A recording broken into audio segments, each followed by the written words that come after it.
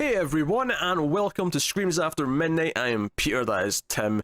We talk about horror movies on this show, and in this week's episode, this is a new release, this is a new theatre release that we went and checked out. This is the fourth Insidious film, Insidious: The Last Key. Not Insidious Chapter 4, because why make it consistent with the previous two sequels and call it Chapter 4? Why do that? Yeah, this is call it The Last Key randomly out of nowhere.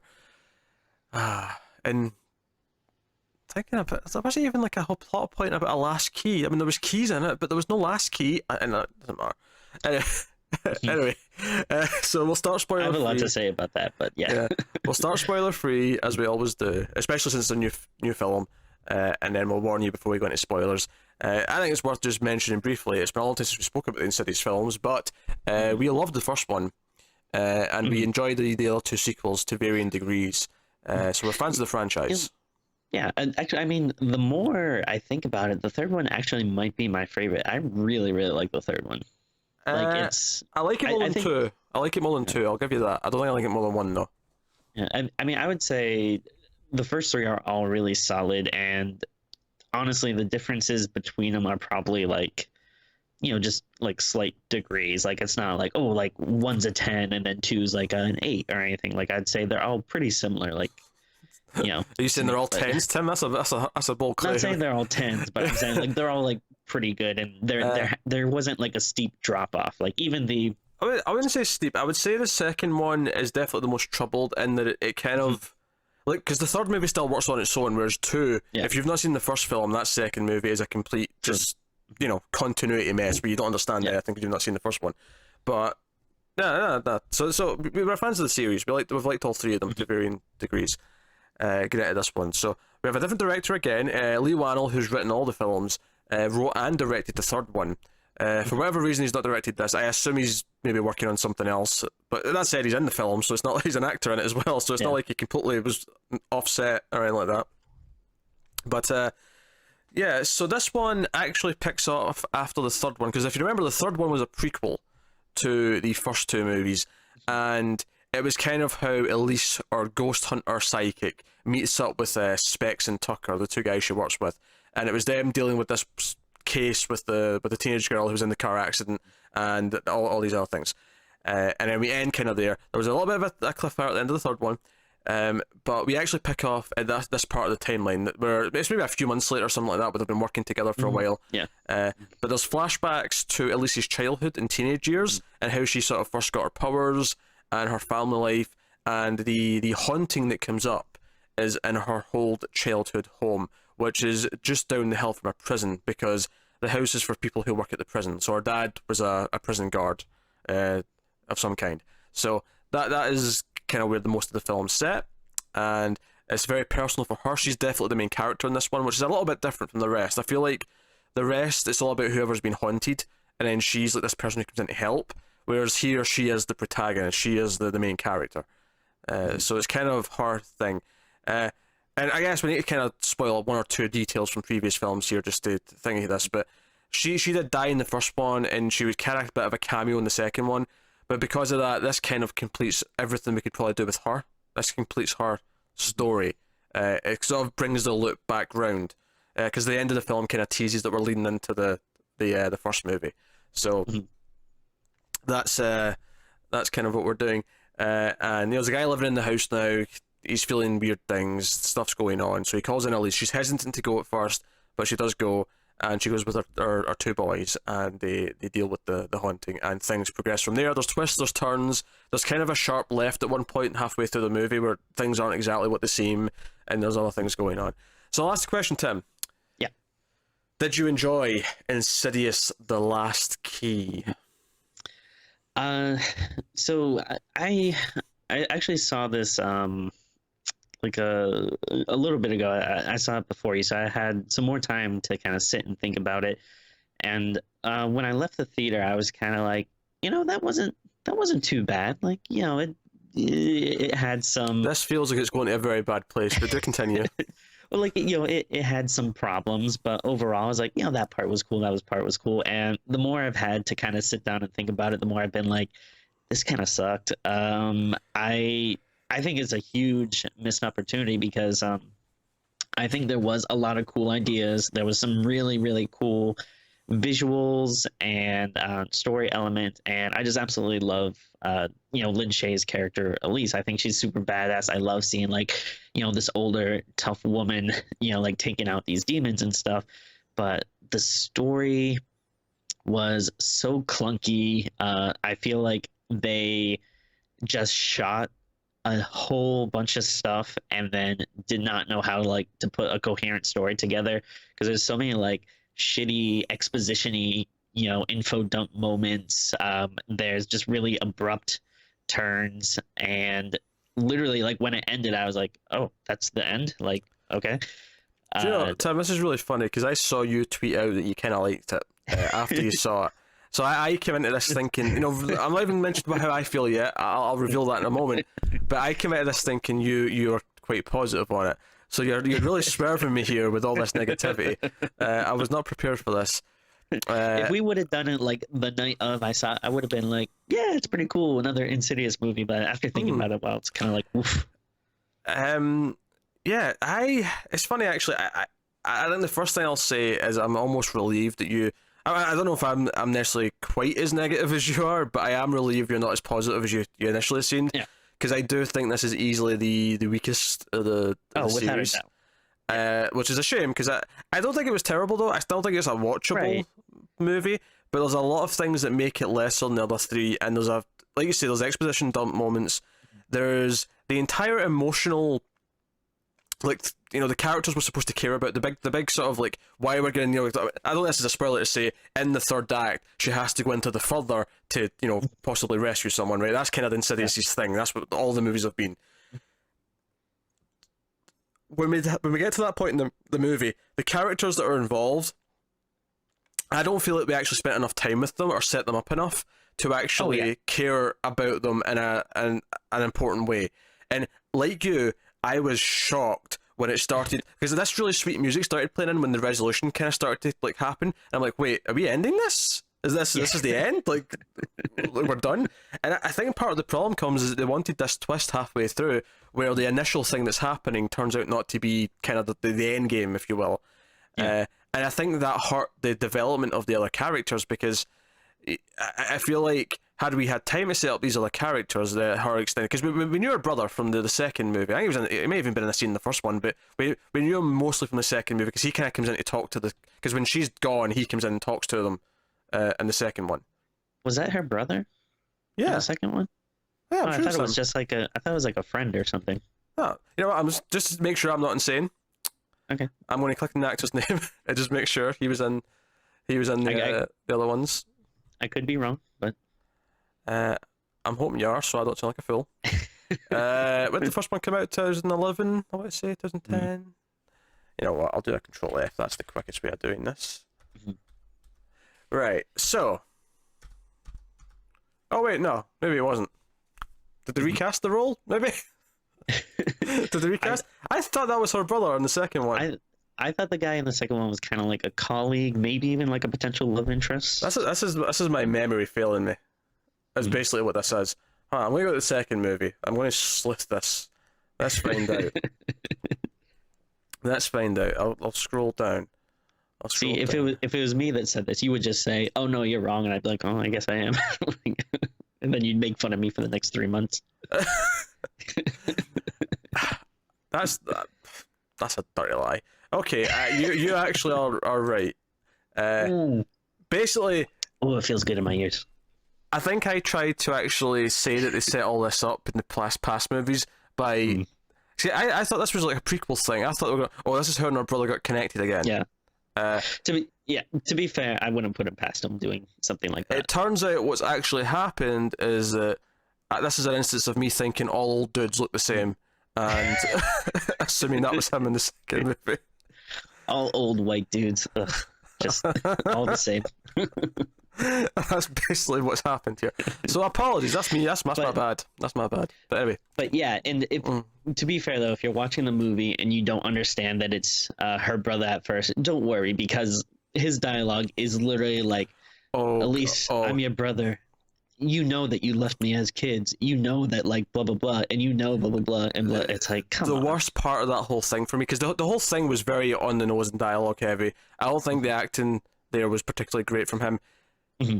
The worst part about it, though, the worst part of dialogue, which goes along with what you were saying, but the one that stuck out to me that really irked me, is at the end, towards the end of that scene, when he encounters her, it's in front of his daughters, Elise's nieces that she's never really met, who are, you know, fully grown women, and it's, you know, Specs and Tucker have got the hottest for them, of course, so that leads to some comedy. That's a thing that's going on.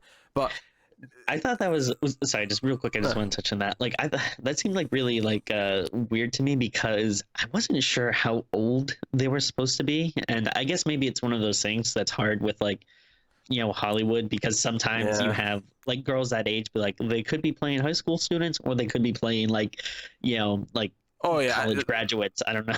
Yeah, I think they were supposed to be in their 20s. I don't think they were, because especially just going by like his age, I feel like they're probably that old at least. Yeah, I never got that vibe from it. But he says like, oh, because she's like, oh, I had to leave or something like that, something about a monster, and he's like, no, you left me with a monster, right? And I was fine with that line, and then he had to go, or dad. Yeah. I got it, you asshole. I got who you meant. That line worked. It was a bit on the nose, but then you had to explain it. You had to take the obvious sentence and explain it to us like we were a bunch of idiots. I don't. Yeah, that was way too on the nose. And I don't want to.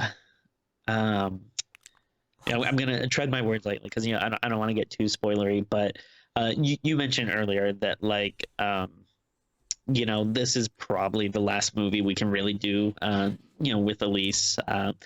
With, I mean, bare minimum, maybe if they do another one, I'm assuming maybe set in the future, maybe you see her as like a spirit or something. But this movie just really unabashedly kind of feels like a way to bring in a new character that you know, they can rely on. Because our nieces have got her powers too, so we can use them in the future. I'm not even opposed to that. Like, it's fine. Like, they're okay. They're not bad. Yeah, but themselves. It's just the way that it's handled. It's so like, it's not like this, like, oh, like, you know, they're gonna discover the gift. It's like all of a sudden it's just like, I don't know where, like, oh, by the way, I can do this too. Like, you know, I'll take over the role now. I'm almost expecting the next one to be called Insidious: The Next Generation. Oh god. TNG. Insidious TNG. I'm almost expecting it. It almost kind of has that feel to it. And I'm okay. And to be fair, it's making good money for the budget that it has. I think it's already at like 60 million worldwide, which is not big for a big movie, but for a $10 million horror movie, that's... I think... Yeah, like, I mean, honestly, I think this movie is fine. Like, I'm probably going to sound more negative, because I think it's... The more talkative parts are where it gets it wrong and stuff. There are some creepy, suspenseful scenes that actually have really good jump scares, and I do mean that. I mean they're good jump scares where they tease it and then they don't do the jump scare and you're waiting for it. Like, I feel like Insidious as a franchise has always been very good with the jump scares. Like, it does them. It's a jump scare franchise, but it knows how to sort of play with them.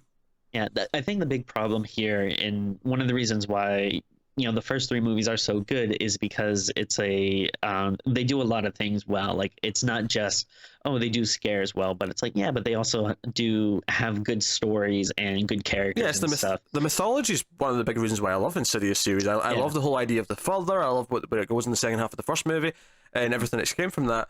And I think the scares are very inventive. Like, I think everyone remembers that fantastic scare in the first one, where there's the ghost pacing outside the window.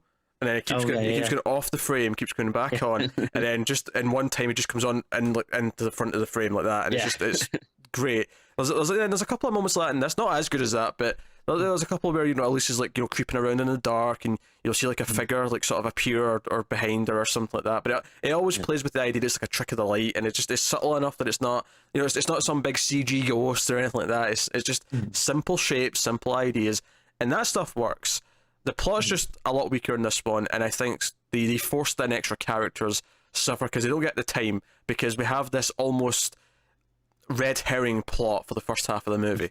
So more on that in the spoilers, but here's another thing. Was it just me? And it was kind of it almost told me this at the start of the movie with the title when it came up saying Insidious: The Last Key, because it was completely different from previously, but the music in this was way different. Like, where was the big strings when the title came up? Where was all the big harsh strings throughout the movie? Like, Where was the music? No, that's a good point. It was all generic horror movie music. Nothing great. Yeah, yeah. I think that's a big problem about this. Is it just like feels like whereas the other ones actually feel like genuine Insidious movies, just feels like someone kind of trying to make like a pale imitation of an Insidious movie and just not really getting like kind of the more subtle better parts of it. Because Leigh Whannell as director actually did a good job with the last one, and obviously you had James Wan doing the first two. I feel like we have stepped down here in terms of directors. The director of this has only done one other movie, and it was The Taking of Deborah Logan, which I've not seen. I haven't. I've heard of it. I feel like it might have been one of those ones that I put on at some point and maybe got distracted doing something else. I don't want to. I don't want to put that as a fault of the movie. I just don't think that maybe the time I was watching it, I was in the best viewing mood. But that is something I have heard of that, kind of gets like a fair amount of love. Yeah, so maybe he's better than we're giving him credit for. But so the funny thing about to me, I don't hate this movie, right? But it does feel like that weak entry. Like, let's say we end up with 10 of these by the time we're done. Like like Friday the 13th. It feels like the fifth one, where it's like, this is the weak entry.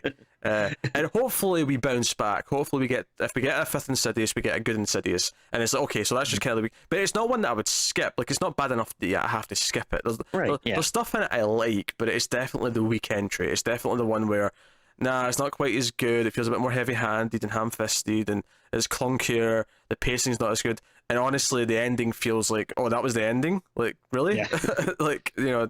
I was expecting to keep building, so... I guarantee you that this is going to be one of those movies that when it comes out on like Blu-ray and stuff, it's going to have like 25 deleted scenes. Oh, probably, yeah. I don't know if you noticed, but like like how on like Facebook they have those kind of like ads that you scroll by and they automatically start playing or whatever. After I saw this, I would scroll down and they would have ads for Insidious 4, and like the thumbnail or whatever on it, it was like this like woman that like wasn't even in the movie. Like I kept looking at it, I was like this like bald lady with like kind of a pointy nose. Oh, that's right. Yeah, I remember her from the trailer. You're right. Yeah, and if you watch the trailer again, it's like, well, it looks like there's a lot of stuff here that they didn't use. So I wonder if maybe they had like other ideas for it that just they had to cut. Yeah, it feels like it's been chopped to shreds in some respects. And honestly, like, some of the backstory stuff with Lisa and her abusive father is kind of heavy-handed as well. It has its moments where it's okay, and it has other moments where it's just going way over the top. So I don't know. We'll get to spoilers on that. Before we go into spoilers, I want to just briefly mention the trailers I got. I got the trailer for Winchester, which is one we'll be doing when it hits. I got the trailer for Slender Man, which again is one we'll be doing when it hits. Okay. I saw that online. I don't think I saw that in the theater. Yeah. I was impressed. I'm not used to getting trailers as soon as they've been released, because that was just released online like a week and a half ago. So I was actually really impressed almost that we were getting that trailer already. And I got a trailer for The Quiet Place, which we're looking forward to. That was good. Amusingly though, this is why I really want to bring this up. I got a trailer for The New Mutants 2 days after it had been delayed for a year. Jesus. I tell you, like this, I was actually pretty excited for horror movies this year. And two of the big reasons were like, all right, we're starting the year right away with a new Insidious movie that looks great. And then we have New Mutants, which I'm really excited for, to see a cool new like comic book horror movie in the X-Men universe. And then between that getting delayed and this movie, I'm kind of like, oh, well, there goes the wind in my sails. Off to a bad start. Quiet Place looks good though, Tim.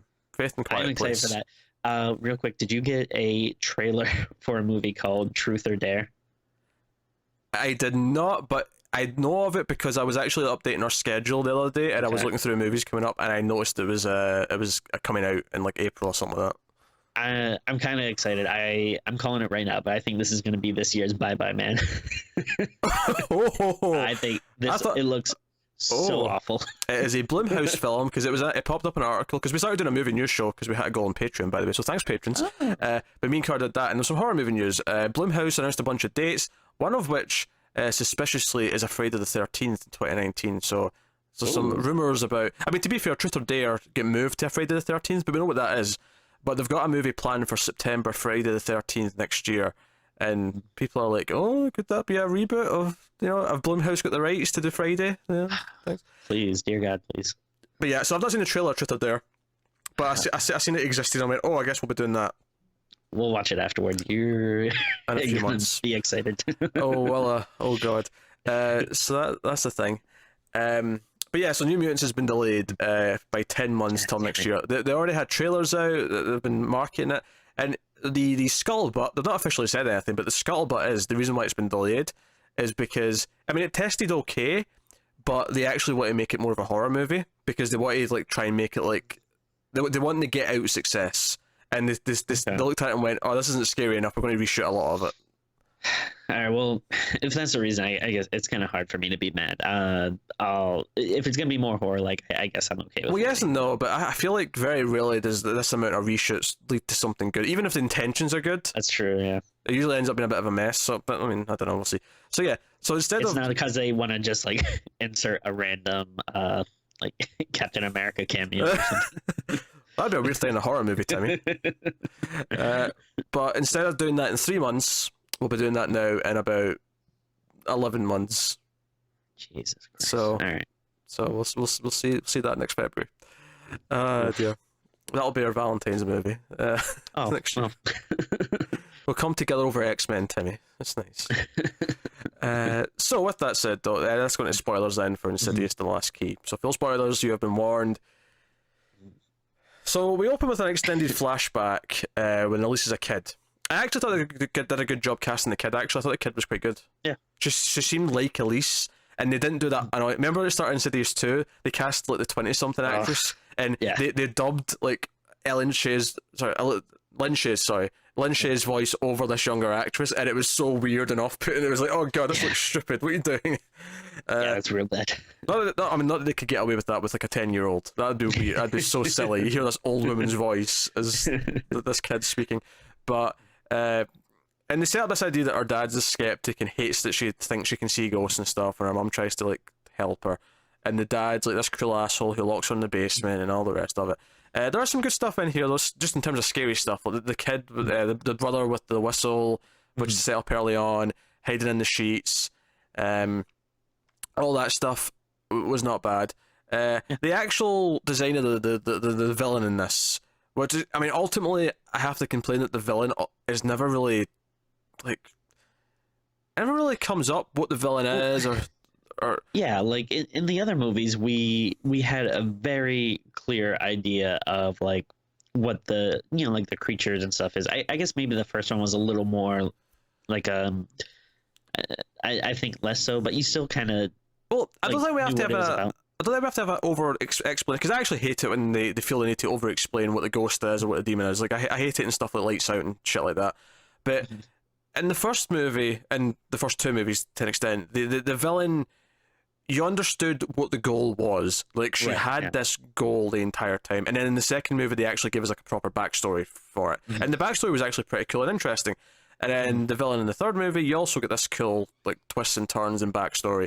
And this one, it's just a demon. It looks kind of cool, but that's about it. Yeah, like I think the face looked a little weird, but I do like the design of like the hands having the keys, and then the keys can go into your body. Like, oh, that's pretty cool. But I, for the life of you, could not tell me what this creature wanted to do. I didn't know if it wanted to possess someone, if it wanted to lock people up. No, it just feeds on hate. So it makes people in the house like kidnap and kill girls, so it feeds off that misery, I guess. That's what it does. Yeah. Well, you remember when it turns out that both her dad and the new guy living in the house are both kidnapping like teenagers. Oh, yeah. You know, keeping them locked up in the basement. Which I think like is an interesting idea. Like, once you, it's not like I think a little early on you can kind of see it coming, but I mean once you do get that like reveal of she's in this like secret room and she thinks like, oh, like this is a spirit, and then you realize like, oh no, this is like a real person. Like, I think that was an interesting Yeah, I like that little moment. twist. That moment with Tucker where he's looking at it, because he's got actually kind of, again, just a little thing I did like is he's got this big sound, like this big mic, which, and I laughed at this actually, as someone who's familiar with how mics and movie recording and stuff works. You actually have the phrase shotgun mic. That's an actual thing that filmmakers use. That's how they record some audio, is a shotgun mic. So I was laughing hysterically that he literally had like a shotgun mic, where it was like he was holding it like a shotgun. It was like it was fastened onto a shotgun. But I did like the sound effect when he started using that though, and you sort of heard it as if it was this old recording. Yeah, still like an old tape or something like that. I like that kind of effect. That was pretty cool. But that moment where he's like, "Hey, that's not a ghost," like that, I actually thought that was a really cool moment. And I think on its own it worked really well. The problem though is that then when you start to build the actual plot for the rest of the movie, you feel like every other character's been like shortchanged because I don't care about them enough for the final 30 minutes or whatever it is. Yeah, and then it kind of like, I feel like you kind of lose something when that was a really interesting turn, but then you find out like, I don't know if it was supposed to be also a shock when they're like, oh, and the dad did the same thing, and that ghost you saw as a kid was a real person too, and it's like, we just kind of had this reveal. Like, yeah, my biggest thing with it is that it's really exciting at the moment, but then in the very next scene, like, well, they have a little bit of suspense with the nut job in the house is trying to kill all of them, and Specs has to trick him. I think that was like a little too much. Like, obviously, you got to take care of that guy or something, but I don't know, like, when I'm thinking of an Insidious movie, I don't want to see like, people running away from like, real life the serial killers and stuff.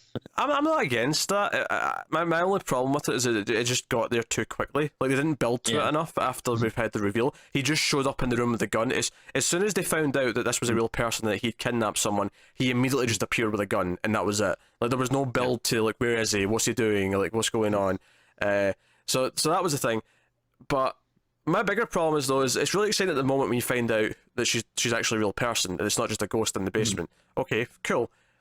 But in the very next scene after we deal with the bad guy, the police are there and she gets taken away, and I'm like, okay, so she's just out of the movie now. Like, I thought she was going to be like, we were going to spend the rest of the movie in the house and she'd be there with them dealing with whatever's going on or something like that. Like, I thought she'd be a different perspective or a different like, and instead it's not that at all. Instead, it's the nieces who are there the next like day or whatever. One of them gets like taken, kind of like the kid in the first movie with the the demon takes her soul to the further in one of the cells, and from there it's basically just, oh, Elise goes into the further, or she gets taken as well. So then the other sister has to also go into the further because she has the power. And she goes into the further. She goes and gets Elise, and we have them fighting the demon. And there's like, of course, she blows the whistle, and the spirit of the mum who died when she was a kid shows up and like helps her and beats the demon, and that's that. That's the end. Yeah, and that's simple. Yeah, it happens like so fast, and I think this is like such a huge missed opportunity because again, like, you don't want to criticize something for what it's not, but you have this kind of visual of it's the further, but it's like prison cells, and you have like these people locked up, and there's even a scene in the trailer where they show all these gates opening, and the movie is called The Last Key. So I kept thinking like, the demon wants Elise, and is going to use her power as like the final key to open all these cells, and you're just going to get like the swarm of like crazy demons and stuff. And, or something like that. Or maybe I was almost thinking that like whatever the demon does here would actually be why the demon that comes after the kid in the first movie is even out. Like, maybe that gets released during this or something like that. Or I mean, that doesn't that makes sense. Admittedly, that doesn't add up because we saw that demon in the third movie as well. It was already around. True. There was that cameo in the third one, so admittedly that doesn't quite add up. But there's something, I don't know. I feel like something, because they have that thing where when they're trying to come back and they're looking through multiple red doors, and they actually see that moment from the first movie with the kid falling in the attic. And I'm like, okay, that was a neat little sort of like reference to it, but it didn't really add up to anything. It was just kind of there. It was so pointless, and I don't understand the point other than being like, see, the movies are connected, and it's like, yeah, they're only connected because you're forcing this thing that has nothing to do with this Well, movie. yeah, but this is the thing though, is the cameo from the demon from the first two movies and the third one I thought was a really cool moment. It was really exciting because it was like the demon like knew Elise was connected to Josh from the first movie, that because her whole thing was that she wanted to get to the dad, wanted to get to Patrick Wilson's character, and that was her goal. It was like she was stalking Elise in the further because she knew she was connected to him. And that was cool. That was like a really neat moment when you saw the Dark Bride. Like that was a cool moment. But this was just kind of like, hey, here's another connection. Because they did a similar thing in the second movie where you found out one of the noises that woke them up in the house was actually the dad in the second movie in the further. Oh, right, yeah. Right? And that was cool because it kind of did link up really nicely. Whereas this was just, whatever. It was like, hey, this is leading into the first one movie. Be excited.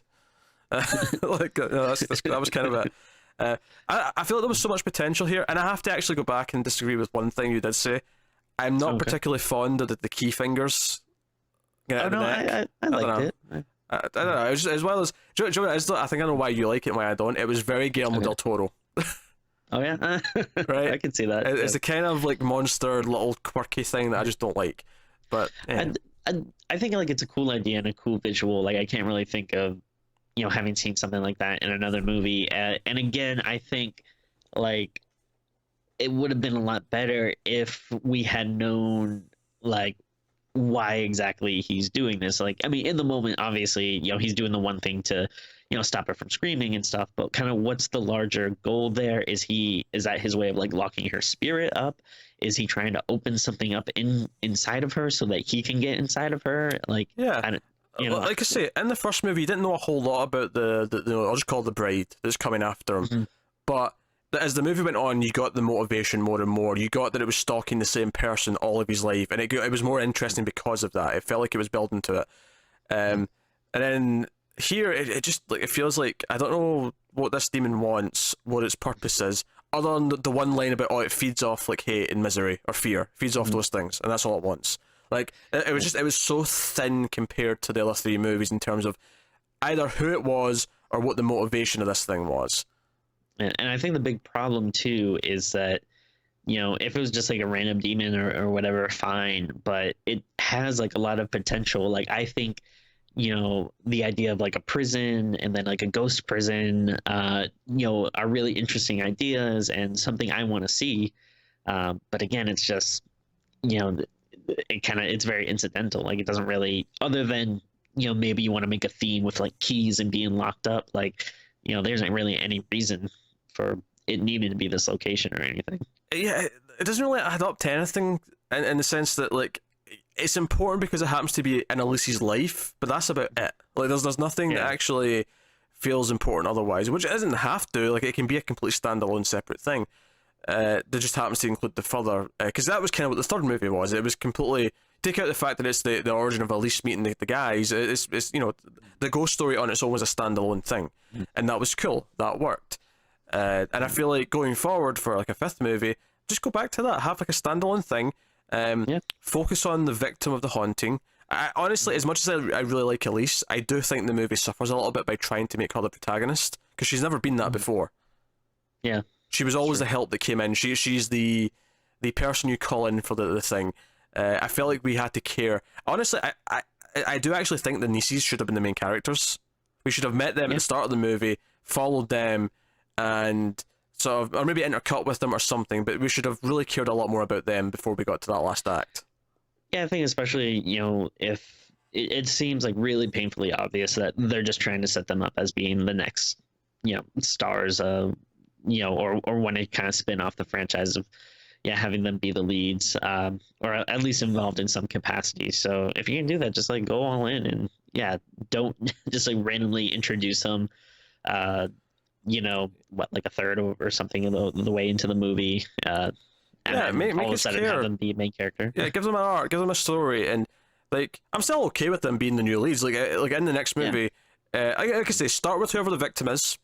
And have them call in help, look around for help, like, a third out of the movie, halfway through the movie, and have them come to, like, have them looking for Elise, but not know that she's dead, maybe, and, like, find the nieces, and, like, the niece who has the power, like have her be kind of like, you know what, maybe I can help, and she'll like try and help, and she'll phone the guys, and like they'll all team up together, and like we'll have our new ghost squad. Like do that. That'll be fun. Sure, why not? I will say, like, I am a little disappointed, if that's the direction they go, just because I like that this was something different where, our, badass hero character is like, this old lady. And I think it was cool seeing, like a, different kind of person being represented and kicking ass. Yeah, sure. And, like, I mean, don't get me wrong, like, obviously, she can't do this kind of stuff forever. So I understand having to get new people in, but, I think it would lose a little something to just automatically go to like, oh, let's just get like a random hot, looking Hollywood girl. Like, okay. That is not taking into account any of our other qualities, Tim. You're just stripping away everything else and just go. That's just what she is. Just the hot Hollywood girl. I mean, I don't think we've really seen exactly like what she can do. I'll eat my words if she, maybe she's like freaking awesome. I don't think that's the fault of her, whatever, but this is the fault of the script, not actually giving time to the characters you should give time to. I think that's the main problem with this movie.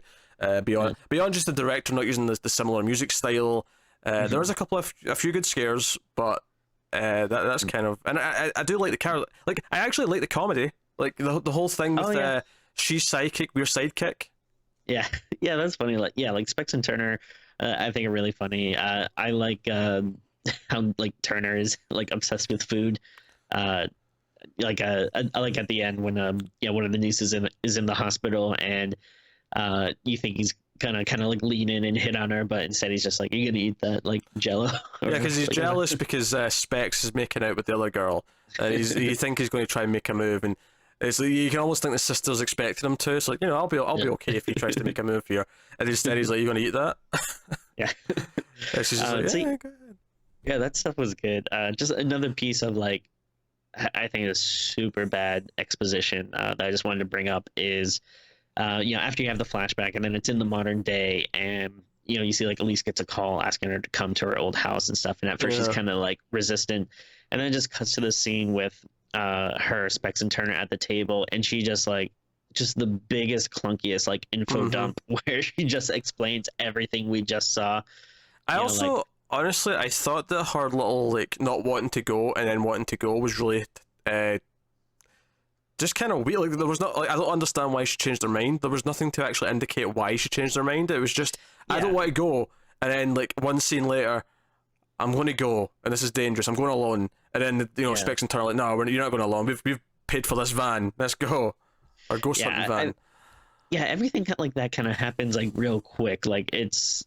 like they try to play it up like a big thing, like I have to go alone, which then hey, it might actually mean something then if she does go alone, and then like she's in a dangerous spot, and then they come out of nowhere and be like, we decided to come anyway but like you said, it's literally like 2 seconds later in the next scene they're like, hey, guess what, we're coming. And like you say, I think the funny thing is Leigh Whannell wrote all the movies, so I have to wonder if it was the cutting things out that's done this to the film, where it feels this clunky and this like put together like this. Which, by the way, I imagine that scene you were talking about at the table where she's explaining all the backstory to the guys. I don't know what it is about her voice being dubbed in movies, but that scene was really bugging me from the audio point of view, because every time it wasn't looking at her face, it sounded like her voice was dubbed in, which it shouldn't do. Like putting actors dub things, lines here or there all the time in movies, and you never notice it. Like there's an art to it. They're good at it. They know what they're doing, and then they make it convincing. But every time it wasn't her face on screen and it was like behind her head, like I could hear a difference. I could hear like, oh, this was recorded later. And I almost wonder if they changed dialogue in that scene to explain things that weren't originally explained there. Yeah, this is kind of tough. I'm not really sure like who to blame on this. Like, I don't know, was it the writing in the script? Was it the director? Was it the editor? But I don't know, something was not really firing, on all cylinders in this movie, and it just comes together in a really kind of clunky mess. Yeah, it won't be the editor. The editor's just doing what he's told, basically. Okay. It more likely the director ballsed everything up and they had to try and fix it. It's possible it's a script. I'm going to give Whannell the benefit of the doubt just purely because he wrote the other three, and it's not like those, and he even directed the third one. So I mean, I doubt that it's him, but I mean, it could be. Maybe he's just gotten worse. I mean, that's possible. Of course, it's possible, but I mean, if you get to a point where you're just trying to phone something in, if they're like, "Hey, we need a new Insidious movie by this date," and it's like, all right. But wasn't this another one that was supposed to come out last October, and he pushed it to January? I think originally, but it was delayed much earlier. It wasn't like a last minute thing where it's like there was trouble at the last minute. Like, at least if they thought there was trouble, they spotted it ahead of time. Yeah, enough that it didn't feel that weird. But yeah, it was meant to be October because we were thinking we were getting a new Halloween this October as well at one point. Ugh. So now we're getting that next year. Which, by the way, it started shooting this week. Very excited. And they've added some cast. If you've been watching Runaways, Carolina from Runaways is in the cast as one of the teenagers. So that's cool. Okay. So. No, I'm cautious, but I'm excited. Yeah, I'm pretty excited. I think you have maybe a little bit more of a love of the franchise. I like it a lot, but I think maybe it might mean a little more something to you. So I can see you being a little more cautious, but I am, I mean, from everything that you've heard so far, sounds like, they're doing it the way they should be, but I feel like they always say that with movies. So like, every time, a movie starts, someone's like, yeah, we want to do like the original movies justice, and I want to make a more, nuanced kind of thing, blah, blah. It doesn't always turn out that way, but here's hoping. Yeah. So yeah, back to Insidious 4. Yeah, I mean, if I'm going to sum it up, it's basically, it's not completely like a waste of time, because if you like the characters, you get some good Specs and Turner stuff with Elise. There are some good scares here or there, but a lot of what made the first 3, particularly 1 and 3, special is kind of missing, and because of that, it does feel like this weird entry that's very clunky. It does feel like stuff's been cut out. So it'll forever kind of be the awkward entry, I think. Unless it keeps getting worse, in which case it'll be more like, I don't know, what's the franchise that after the third one just started declining into oblivion, where everything was just terrible after that?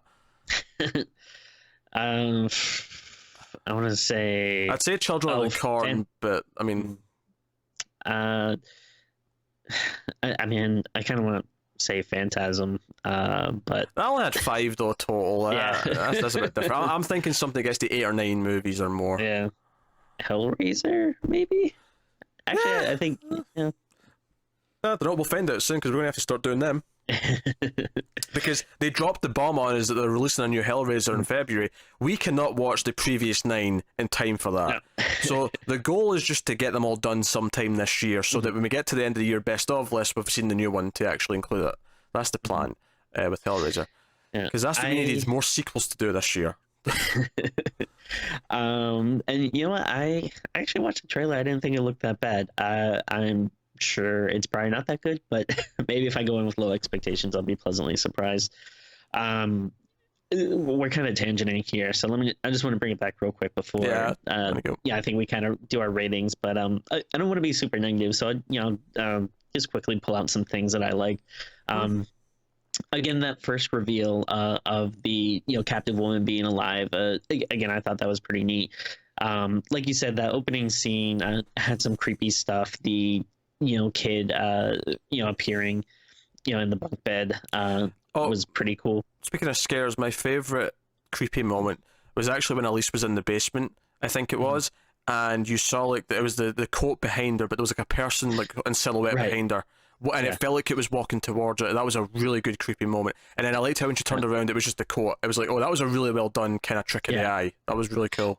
Yeah, that was good. I think there was like another scene where they're watching her on the camera, and they say like, I think, you see some feet. Yeah. Do you know what I loved about that? Is I questioned if I saw it, and then Tucker said, "Hey, I think I saw a foot," and I'm like, "Oh, that was there. It wasn't just me going nuts." Good.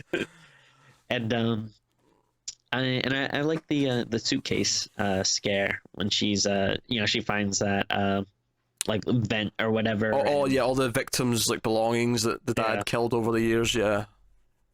So again, the scares in this are pretty good, and I don't think up to the level of the rest of the series, but they're still enjoyable, and they have that music aside, I think they still have that kind of similar aesthetic that that I was happy with. So it just makes it a shame that the rest of the movie was so, kind of, clunky. There's some things to like, parts. by absolutely, but it's definitely a lot clunkier and there's a lot more problems. And as a result, I think it ultimately ends up being a movie that's like just kind of okay. Yeah. Overall, but. If it was a franchise I didn't care about or love, I probably would have been like, all right, that's fine, whatever. But just the fact that the first three, I think, are really, really good. That's the thing. If it bounces back and this is the weak point, then I think we're in a good place. But obviously, right now, like it's kind of like I'm like obviously I wasn't watching Friday the 13th movies when 5 came out because it was like the mid 80s and I wasn't born yet. But had I been like, what would the feeling have been after that one? Like, would everyone was everyone feeling kind of shit about it? Was everyone feeling like, oh, this is doomed now? And then 6 came next, and everyone loved 6. So, who's to say that Insidious 5 won't be great? So, apparently Blumhouse this week was asked about, oh, could we ever get an Insidious Sinister crossover? And it's like, oh, it's possible. Can we please not? Sinister shit, right? Sinister 2 especially was garbage. Sinister 1 was only okay at best. No, don't do it. Don't do it. Mm-hmm. Yeah, I'd be for that. No, don't ruin Insidious more with that bullshit. I'm no part of it. All right, Tim, let's rate this movie. Okay. What are you going to give Insidious: The Last Key? I think I'm just going to go right down the middle and give it a straight up 5. Yeah, I was actually thinking the exact same number. I think for everything I like in the movie, there's something I equally don't like. Exactly. For everything that's kind of well done, there's something that's equally shittily done. So, yeah, 5 out of 10. Oh, by the way, the dad in the flashbacks was kind of shitty. Wasn't so keen on him. Yeah. I mean, I wasn't like. Like you said, it seemed like really like ham-fisted at first. Like I was like, why does this dad care so much about like if this girl believes in ghosts or not? But then I guess they do kind of justify it with the fact that like, oh, he was possessed or whatever, and he's being influenced or coerced into doing all this stuff. Yeah. But yeah, like the first time you kind of see him interacting and stuff, it just seems like, well, what is going on? Why is this dude freaking out? But yeah, and I don't know, and yeah, like I kept expecting to see like him as a ghost or something at some point, which I don't think he did. I was in the prison though. Yeah, he was in the prison. Was he? Yeah, he ended up helping. Right. Yeah, he was he was locked in a cell, and then it was like a weird. He wanted him to. Yeah, it was like a weird moment of redemption for him. I forgot about that. Yeah. The thing is, like I feel like once they actually get into the further, that's when everything should like become crazy, cool, and awesome. But that stuff ends up being some of like the most forgettable stuff in the movie. Yeah, and this one, and then like out of nowhere, it's like the mom comes and helps. Which wasn't that kind of the ending of the third one too? Like the mom kind of came out of nowhere and helped her daughter. Kind of. It wasn't. It was definitely not, because I thought the demon was going to get back up and it was going to be a fight, but the demon just kind of was like, "Oh yeah, I can't fight you. You're a badass mom," and just kind of lets everything happen. It was weird. Like the ending was a complete whiff. I don't know what was happening. Very and like I don't think it's uncommon for these kind of movies to give you like a false sense of like, okay, everything's safe now, and then we see, oh no, here's a really big threat, like and then you just leave, some happy music starts playing, and the whole thing's just cheese till the end. It was odd. I don't know. I do not know. And we then get the cut to the title with the big strings, which I love about the Insidious franchise. So bit of a misstep. Hopefully 5 can right the ship. And I'm all for the niece who's got the power to like kind of end up working with, because you've still got Tucker and Specs. We can have them back. Have them kind of like, maybe they find out about like this new haunting that's going on in the 5th movie, and they go and seek her out because they know she can help, and then we can move from there and just make a good movie. At that point it doesn't really matter. Just make a good movie. And if Lynn Shaye's still up for it, she can always appear as like a spirit and stuff too. Oh sure, cool. And the further, whenever we get in the further, she can be like a little thing that pops up every now and then. Yeah. But there you go. I guess that's Insidious: The Last Key. So unfortunately, not the blowout we were hoping for, but there you go. Hey, this is the curse of January, man. Good movies do not get released in January. At the very least, it wasn't Bye Bye Man, because that was last January. True. It's been a year since Bye Bye Man, Tim. Really? That's insane. We're gonna do our Bye Bye Man retrospective. Oh god, episode. No. So that's what should cross over with Sinister. Oh, Sinister, sure, yeah. But I mean, yeah. Don't think it, don't say it. don't see that either. Yeah, don't see any of it. Okay, so as Insidious the last key, let us know what you thought of the movie if you've seen it in the comments below.